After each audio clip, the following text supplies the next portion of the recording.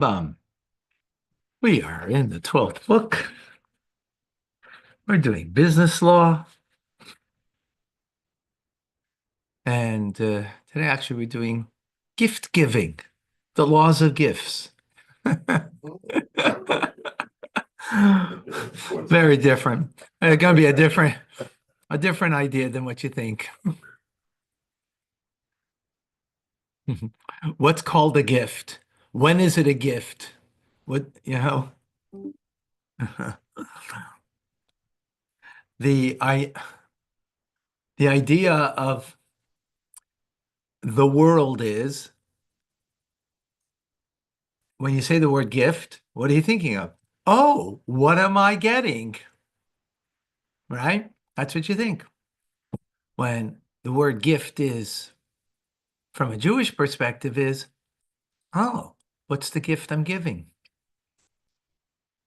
In instinctually, we think of a gift as what we get. How many of us instinctually think of a gift as what we give rather than getting? Right? That's the difference between what we just learned in Tanya, the godly soul, and the animal soul. Godly soul is thinking of the gift it gives, and the animal thinks of the gift that you get.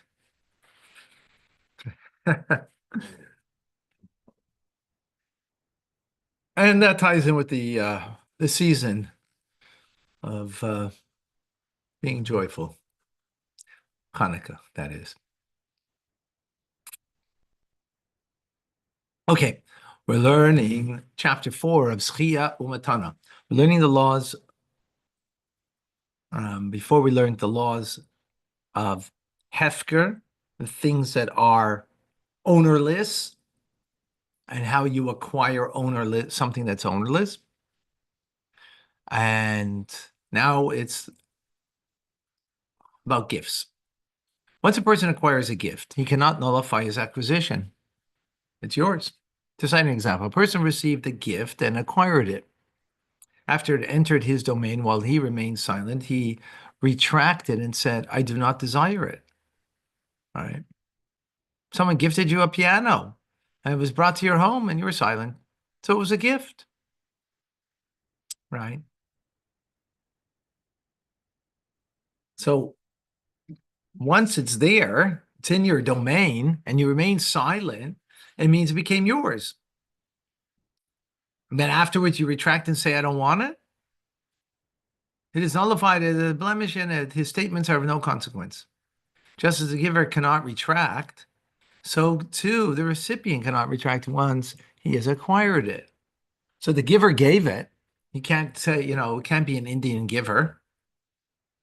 And an Indian giver. As a kid, actually, that's probably not PC. I'm sure it's not PC, but when I was a kid, right, that's what if any of you remember that, that's what we said. Don't be an Indian, you gave me it. Don't be an Indian giver and take it back. I don't know where that came from, but that's a phrase. Anybody heard that phrase before? You heard it? Yeah? Okay. You come from a different place of the world that term wasn't used. We have Indians, but not. Not right. So in halacha, once you gave the gift and it was acquired, you can't now come back and say, I've changed your mind. But it works two ways. The person who received the gift said, oh wow, this is going to be a bigger headache for me than I want. I'm not ready for this. I don't want it. Once you've acquired it, it's yours. I mean, you could do with it then as you please, but that's not the point. The point is that it's not the giver's anymore. The gift that the recipient stated that he did not desire after it entered his possession becomes ownerless. And the first one to take possession of it acquires it. So now you're saying, oh, I don't want this. So it becomes ownerless, right? And the first person who takes possession of it, it becomes his, but the recipient declared it ownerless after he acquired it. But you can only make it ownerless once you've acquired it. I can't make ownerless your things, right? You're ready to give it to me, but it's not mine yet. Even if you're ready to give it to me, I can't make it ownerless until I've taken ownership of it. And then saying, oh, I don't want it. Right? Or the recipient declared it ownerless after he acquired it. If, however, the recipient protested at the very outset, he does not acquire it, and he should not be returned, and it should be returned to the original owners. But if I, before accepting it, say I don't want this, guess what? It's not yours, and the original owner has responsibility for it because it's his, right? Okay, halacha number 2.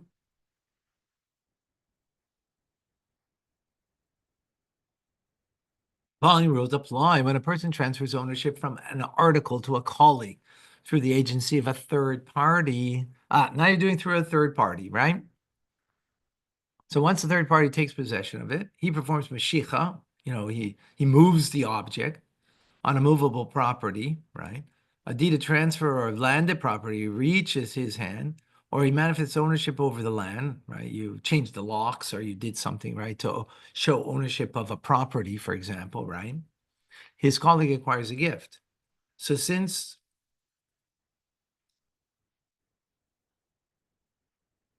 right, it's done through a third party, once that third party takes possession of it, it's as if the person who's being gifted to, it's his, even though it did not reach his hand. The giver can no longer retract, right? So if I'm giving a house away, right, and the third party now goes in, let's say, changes the locks on the house, right? That's showing ownership over a house when you change the locks, right? I can't come say, you know what? Oh, you upset me. I'm not giving you the house. Doesn't matter. House is theirs already. Even though it never reached, the person never entered the house, never showed ownership of the house. But since the agent changed the locks, that is showing ownership on behalf of the one who it was gifted to. The giver can't retract anymore. Recipient, by contrast, has the option in his hand. If he desires, he may accept it. That's right. Interesting. The recipient has the option. If he may accept it. If he does not desire, he need not accept it. For a positive acquisition may be made on the person for his person without his consent, and an obligation cannot be undertaken on behalf of without his consent. So listen to this. Interesting.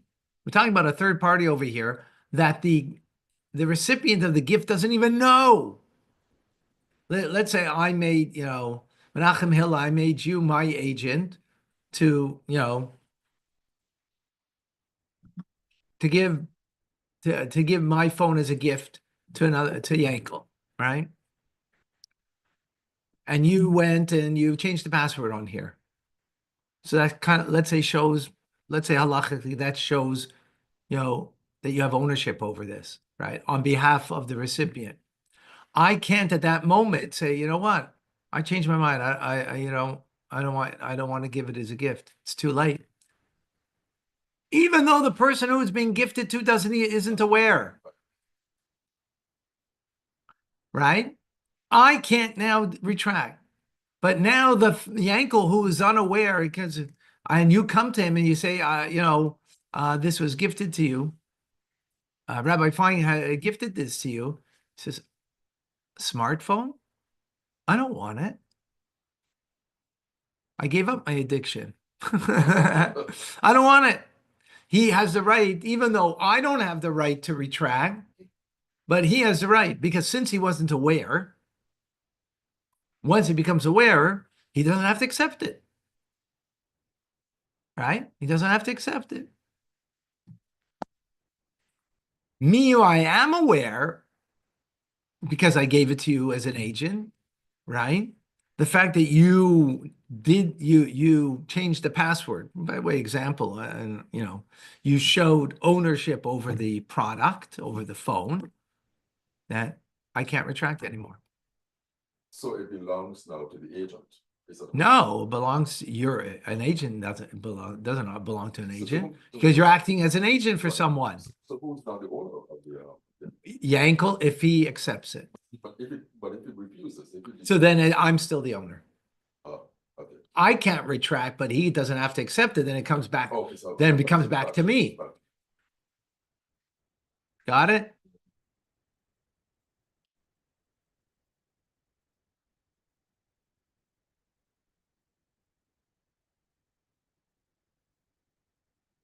Yeah. So the person desires a gift that to be given to him, it is considered to be a positive act.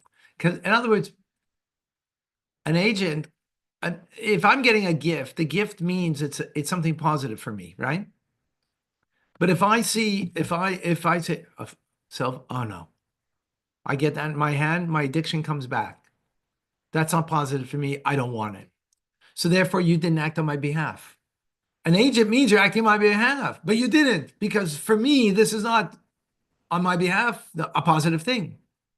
If I consider it positive, then you did act on my behalf, and therefore my acceptance of it is then, the fact that I desire it, right? Therefore, it is mine. Is that clear? I thought that's a very might be. It may not be along the same lines.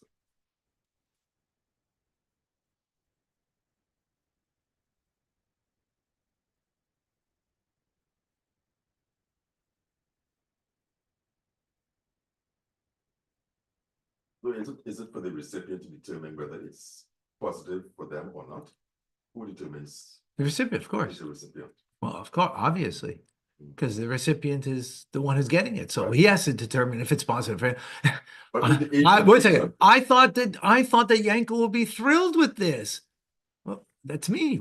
He's the one who's has to acquire the gift. So for him, it's not a wonderful thing. So then he doesn't desire it. So then it's not a positive thing for him.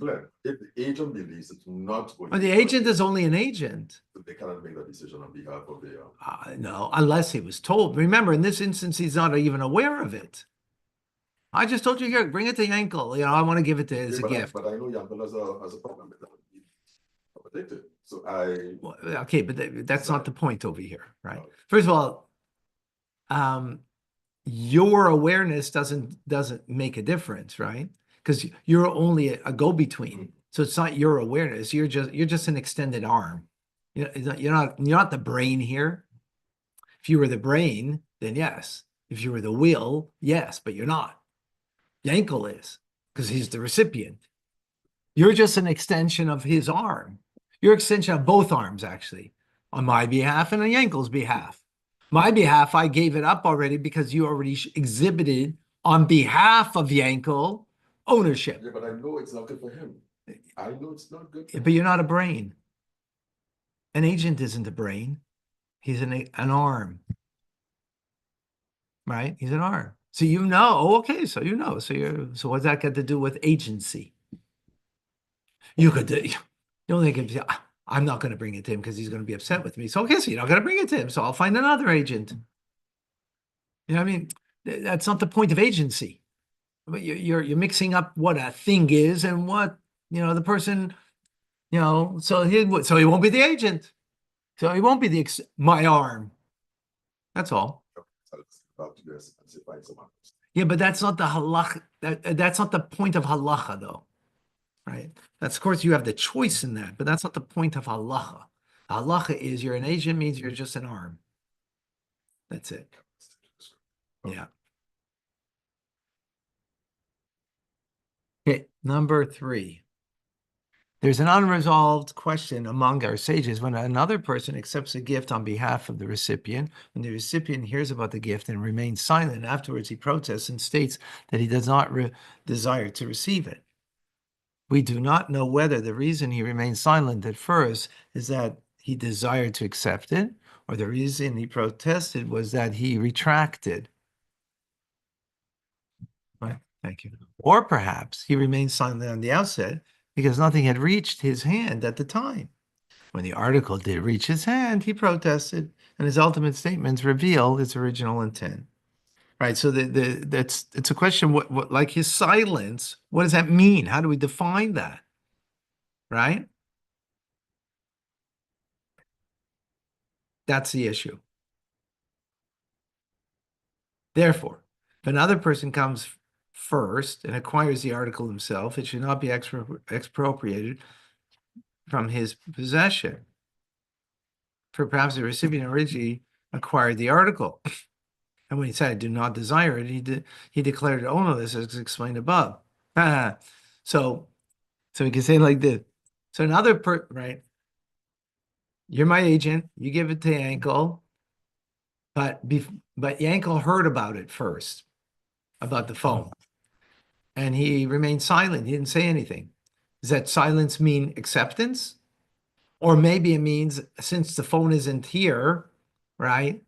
I didn't, that's why I didn't say anything. But once the phone came, I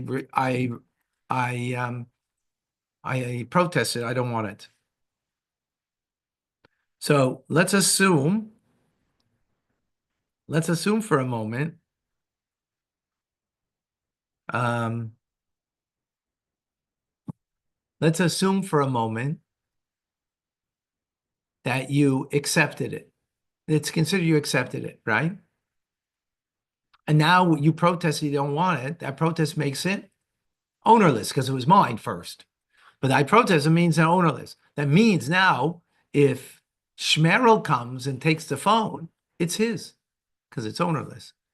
Now, it's a doubt if it's his, right? Because maybe it's not the case, but it's his in the sense that um, we won't expropriate it from him. But it was not your intention to give it to them. No, we're in doubt. We're in doubt about the intention. No, that gotta follow law. Don't follow the law, the rationale and the law over here. It's about the law, right? That's the point over here. The fact that I initially was silent and then I protested only when the article came to me that I don't want it. The question is, what is that? Is it mine or not? We are in doubt. The sages were in doubt about such a situation, right? Is it you are now only because you saw it, therefore you changed your mind. Originally you wanted it, now you don't want it. Oh, because in your mind it was like, oh, amazing, and then when you see it, it's not so amazing.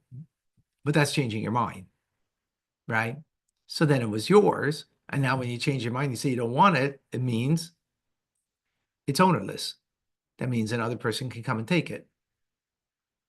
But it's a doubt of that because maybe you were only silent originally when you heard about the gift that's coming to you, right? And silence is acceptance. That's the question. Is the silence acceptance of the gift, and therefore it was acquired by the agent for you, right? The extended hand who's the agent for you? Or maybe you're, and if so, your silence is acceptance. And then you change, the fact that you're protesting is you change your mind. Or is your silence, you were silent because I don't know how to act about this gift. When I see it, I'll decide, right? When I see it, I'll decide. And therefore, your silence doesn't prove that the agent was acting on your behalf until the agent brings it to you. And then, oh, you protested. The fact that you protested means it's not yours, right? But that's a doubt. Which way to look at it? Right? The sages were in doubt.